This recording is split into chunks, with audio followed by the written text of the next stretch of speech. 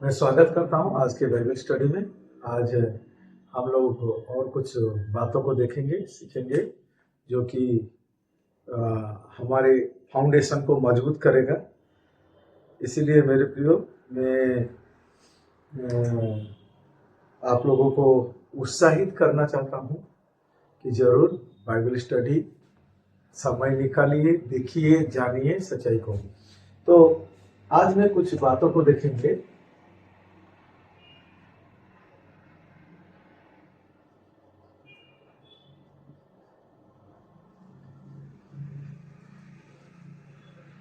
Kingdom gospel और grace.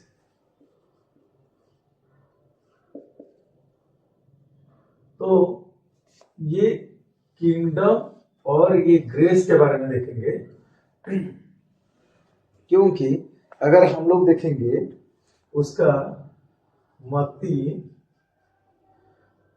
3 अध्याय उसका 2 को अगर हम लोग देखेंगे, इस प्रकार से लिखा गया है, मन फिराओ क्योंकि स्वर्ग राज्य निकट है। तो ये किंगडम राज्य के बारे में। तो कौन सा राज्य? Heaven kingdom. तो स्वर्ग का राज्य के बारे में बताया जा रहा है। तो यूहन्ना, जॉन जो बैप्टिज्म दे रहे थे, बैप्टिज्म देने वाला यूहन्ना, उन्होंने बताया हेवन किंगडम, स्वर्ग का राज्य, मत्ती 3:2 में लिखा गया। और प्रभु यीशु मसीह वो बातों को भी कंटिन्यू करते हैं। वही मत्ती 4:17 में तो हेवन किंगडम, स्वर्ग राज्य के बारे में बोलते हैं। फिर उनका 12 चेले भी हम लोग देखते हैं। पीटर को हम लोग देखते हैं, वो आपका मिल जाएगा प्रेरितों, एक्ट्स का अगर हम लोग देखेंगे 2, एक्ट्स चैप्टर 2, उसमें से हम लोग देखते हैं उसका 38 देखेंगे। तो मेरे कहने का अर्थ ये है, स्वर्ग राज्य के बारे में। तो पर हम लोग देखते हैं कि ये जो स्वर्ग राज्य है, ये जो भी सारा चीज जो चल रहा था कि स्वर्ग राज्य, मन फिराओ, स्वर्ग राज्य निकट है। तो यहाँ पर हम लोग देखते हैं ये हेवन किंगडम के बारे में, स्वर्ग का राज्य निकट है बोल के, कहां से? पाप से मन फिराने का ये प्रचार होता था। तो प्रभु यीशु, अगर हम लोग देखते हैं मत्ती 4:17 में भी उनका भी प्रचार था कि मन फिराओ क्योंकि स्वर्ग राज्य निकट है। तो स्वर्ग राज्य के बारे में था। पर ये जो ग्रेस है, जिसको हम लोग देखते हैं प्रेरित पुस्तक उसका 20 अध्याय, प्रेरित पुस्तक उसका, हम लोग इसको समझना है, 20:24 में पॉल, एक्ट्स 20:24, वो ग्रेस के बारे में बोलता है कि परंतु मैं अपने प्राण को कुछ नहीं समझता कि उसे प्रिय जानूं, वरन वो एक कि मैं अपने दौड़ को और उस सेवा को पूरा करूं जो मैंने परमेश्वर का अनुग्रह का सुसमाचार पर गवाही देने के लिए प्रभु यीशु से पाई है।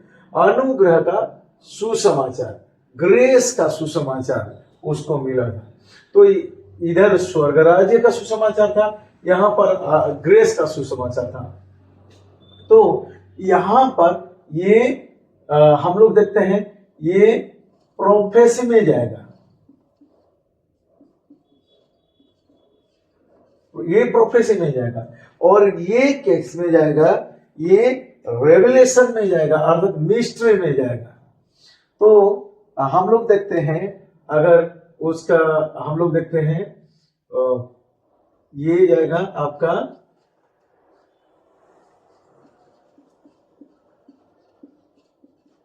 मिस्ट्री, अर्थात ये भेद में जाएगा।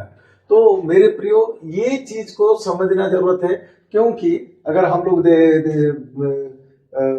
देखते हैं कि अगर गालोती उसका 1:11 में, हे भाइयों मैं तुम्हें बताई देता हूं कि जो सुसमाचार मैंने सुनाया है वो मनुष्य का नहीं, क्योंकि वो मुझे मनुष्य की ओर से नहीं पहुंचा और ना मुझे सिखाया गया, पर यीशु मसीह का प्रकाशन से मिला, अर्थात मिस्ट्री, रहस्य से मिला। अगर हम लोग देखेंगे रोमी पुस्तक का उसका 16:25 को देखेंगे, 16:25, अब जो तुमको मेरे सुसमाचार अर्थात यीशु मसीह के संदेश का प्रचार के अनुसार स्थिर कर सकता है, उस भेद का प्रकाश के अनुसार जो सनातन से छिपा था। तो ये मिस्ट्री, ये रहस्य, ये भेद का प्रचार कर रहा है, और ये भविष्यवाणी जो पूर्वजों से पहले से जो भविष्यवाणी हुआ था उसी आधार पे ये चल रहा है। तो आपको समझने का जरूरत है कि प्रभु यीशु मसीह का आर्थली मिनिस्ट्री में वो स्वर्ग राज्य पर जब स्वर्ग से पौलुस को चुने तो तब मिस्ट्री का वो भेद का वो देते हैं। इसीलिए उसको हम लोग देखेंगे कि अगर गालती पुस्तक उसका एक का अगर हम लोग 12 को देखेंगे, 12 में, क्योंकि वो मुझे मनुष्य की ओर से नहीं पहुंचा और ना मुझे सिखाया गया, पर यीशु मसीह के प्रकाशन से मिला है। तो प्रभु यीशु मसीह का प्रकाशन, अर्थात प्रभु यीशु मसीह, यहाँ पर ये जो इधर भी प्रभु यीशु मसीह का काम था, अर्थात ये अर्थली मिनिस्ट्री, ये हेवनली मिनिस्ट्री। तो स्वर्ग से प्रभु यीशु मसीह क्या किए, पौलुस को और रहस्य प्रकाशन दिए। यहाँ पर भविष्यवाणी था, व्यवस्था दिया गया था, और यहाँ पर क्या दिया गया, मिस्ट्री, भेद दिया गया था, रहस्य को दिया गया था। इसीलिए प्रभु यीशु मसीह का 2 काम को हम लोग को समझना चाहिए। ये जो काम है ये व्यवस्था को पूरा करने का काम था, व्यवस्था को पूरा, पर ये अनुग्रह का काम है। जब वो स्वर्ग में थे तब पौलुस को दमिश्क मार्ग में चुने। तो ये जो था ये केवल, अगर हम लोग देखेंगे, केवल यहूदी लोगों के बीच में था या इजरायली लोगों के बीच में, पर ये जो है ये अन्य जाति के बीच में था। तो मैं ये बात को बता रहा हूं, मन फिराओ स्वर्ग राज्य जो है, मन फिराओ स्वर्ग राज्य निकट है। यहां पर जो स्वर्ग राज्य हेवन किंगडम के बारे में जो प्रचार हो रहा था, ये यहूदी लोगों के बीच में हो रहा था, इजरायली लोगों के बीच में हो रहा था, और उन्हें पाप से मन फिराने के लिए बोला गया। पर ये जो ग्रेस है, ये जो अनुग्रह है, अनुग्रह क्या है, 100%, 100% गॉड्स वर्क।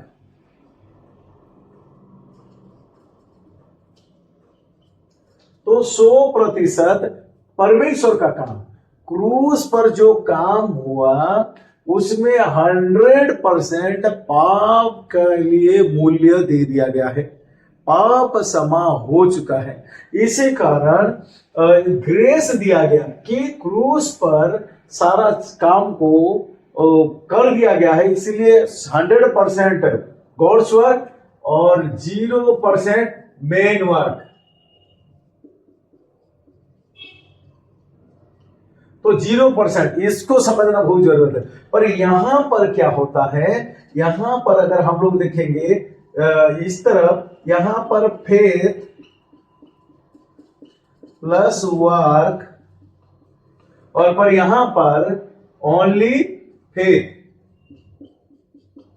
तो मेरा विश्वास है कि इसको समझना बहुत जरूरी है कि परमेश्वर ने काम कर चुका है, जो हमारा पाप, अधर्म और श्राप और शैतान का जो प्रक्रिया था उसको क्रूस पर वो खत्म करके पौलुस को, केवल पौलुस को ग्रेस का सुसमाचार दिया गया, जबकि पत्रोस अभी भी बोल रहा है मन फिराओ स्वर्ग राज्य निकट है। ये दोनों चीज में अंतर है मेरे प्रियो, आपको समझना पड़ेगा। दूसरा तिमोथी 2:15 का अनुसार भाग करो, भाग करना जरूरी है, क्योंकि 12 चेले जो प्रचार किए, पौल ने वैसे प्रचार नहीं किया था, पौलुस ऐसे प्रचार नहीं किया था। 12 चेले वो लोग स्वर्ग राज्य का प्रचार किए, पर पौलुस ने अनुग्रह का प्रचार किया। 12 चेले ने यहूदी लोगों के बीच में प्रचार किया, जबकि पौलुस अन्य जाति के और भेजा गया। और उसके बाद पहले क्या था, मन फिराओ तब उद्धार मिलेगा, मन फिराओ तब क्या होगा, आपको ये मिलेगा, क्या बोलते हैं, मन फिराने के बाद आपको पाप क्षमा मिलेगा। तो फेथ प्लस वर्क था, पर यहां पर केवल फेथ, वर्क कौन किया, परमेश्वर ने, अर्थात प्रभु यीशु ने वर्क कर दिया क्रूस पर। वचन के अनुसार फर्स्ट कोरिन्थी 15:1-4 के अनुसार ये जो सुसमाचार है कि वचन के अनुसार प्रभु यीशु मसीह हमारे पापों के लिए क्रूस पर मारा गया, गाड़ा गया, और वचन के अनुसार तीसरे दिन जी उठा। तो ये जो है ये 100% गॉड्स वर्क है।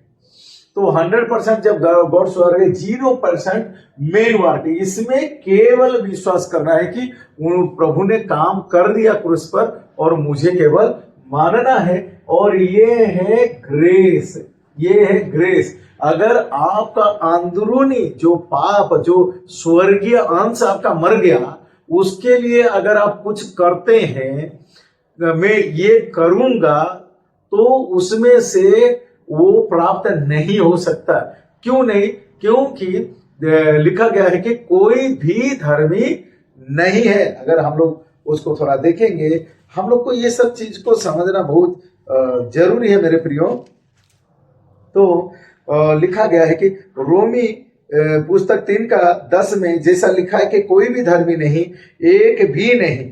तो कोई भी धर्मी नहीं, तो जो धर्म का काम करने से भी ये जो स्वर्गीय है, जो पहला आदम का अंदर से जो स्वर्गीय अंश मर गया, वो स्वर्गीय अंश पैदा नहीं हो सकता, क्योंकि कोई भी धर्मी नहीं है। तो इसी कारण तो यहां पर क्या होता था, इसको बोलते थे नया जन्म। नया जन्म बोलने से न्यू बॉर्न, नया जन्म, और यहां पर न्यू क्रिएचर।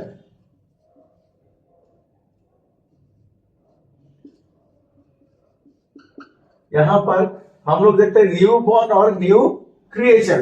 तो नया जन्म पाना और नया सृष्टि, ये दोनों अलग है, आपको समझना है। तो मेरे प्रियो, ये अन्य जाति के लिए और ग्रेस का सुसमाचार है, पौलुस को भेजा गया। इसीलिए अगर हम लोग देखते हैं रोमी उसका 11:13 में लिखा गया, पौलुस हमारा अपोस्टल है।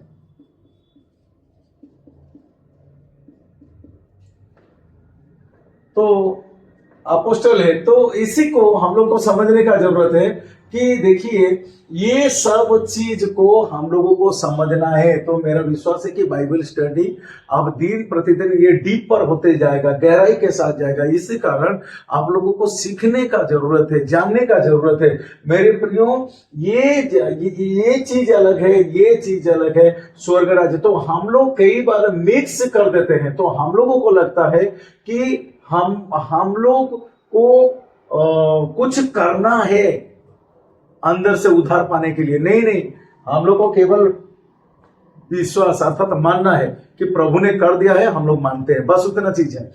जबकि पहले क्या था, पाप को आपको खुद छोड़ोगे तो उद्धार पाओगे, नहीं छोड़ोगे तो उद्धार नहीं मिलेगा। तो ये जो कॉन्सेप्ट है, ये यहूदी लोगों को दिया गया था। जबकि भले ही वो लोग अगर पाप छोड़ते थे, पर अंदर में क्या होता था, वो स्वर्गीय अंश नहीं प्राप्त हो पाते थे। इसीलिए लिखा गया कि कोई धर्मी नहीं है। धर्मी का अर्थ यह है जिसका अंदर स्वर्गीय अंश आ गया, वही ही धर्मी है मेरे प्रियो, इसको समझना जरूरत है। तो पहला मनुष्य आदम का अंदर का चीज जब मर गया वो पापी ठहराया गया। तो उसी तरह अंदर का चीज जिसका मरा हुआ है वो पापी है, वो अधर्मी है, पर अंदर का स्वर्गीय अंश जिसका जिंदा है वो धर्मी है। तो लिखा गया कि कोई भी धर्मी नहीं, ये बाहरी से फिजिकली बहुत सारा नियम को बाचा को बहुत सारा तरीका को वो लोग कर रहे थे, पर वो सब चीज होने नहीं पाया। इसीलिए हम सबको जानने की जरूरत है कि हम लोग क्या बन चुके हैं। धन्यवाद आज के विषय के लिए।